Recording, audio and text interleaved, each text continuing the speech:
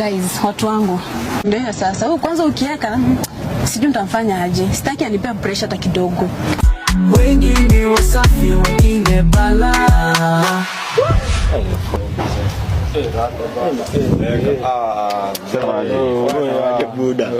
Dogo kiasi. Buda. Sio ulikuwa umepanga mzigo ufike aje? Usikie nimepiga hiyo phone mzigo ifike, si nimeshindwa kwani form. Nimepiga nikiona Shadia hapo unasema. Sio hizo story mnanichapia saa hii, si ndio? Mzigo haijafika. Si hatuwezi kutoka mzee. Mzigo ndio haijafika. Ukushwe inafika? Inafika. Wewe kwa mpole. Subira. Wasimanga subira futa heri. Sawa, acha tungoje tu. Tungoje mzigo mzee. So mnasema zinafika saa hii? Muda si mrefu zinafika mzee. Ndio last time karibu ni kumochoe. Buda. Tunike hiyo chwani kwanza. Chare hiyo riba. Azi ulikuwa uniwekea chwani. Cheza chini. Utaniwekea? Unajua vile kunaendanga? Most bana.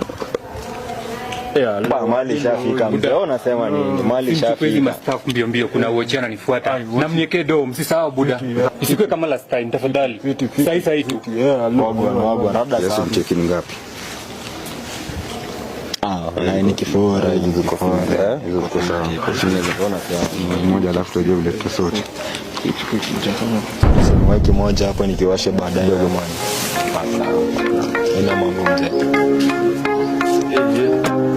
Magari tunafitina kila siku kuna shida, uwezo kwa tena hauna huruma, vita vya maneno hatuturi, high school drama ni kama sinema. Siko safi. Nawezaishia lakini before tuishie huyu security ni kama anatuchorea sana. Bana hoja na watu mshatu. Tulikuwa tumegonga last time. Lakini majamaa pia unajua kitu jamaa aligoya last time alisema tufailishe kwa mfinye huyu jamaa. Ngoja kwanza. Na mjue kinanita wanauza mali safi. Wewe unauza kitu imejaa nyasi.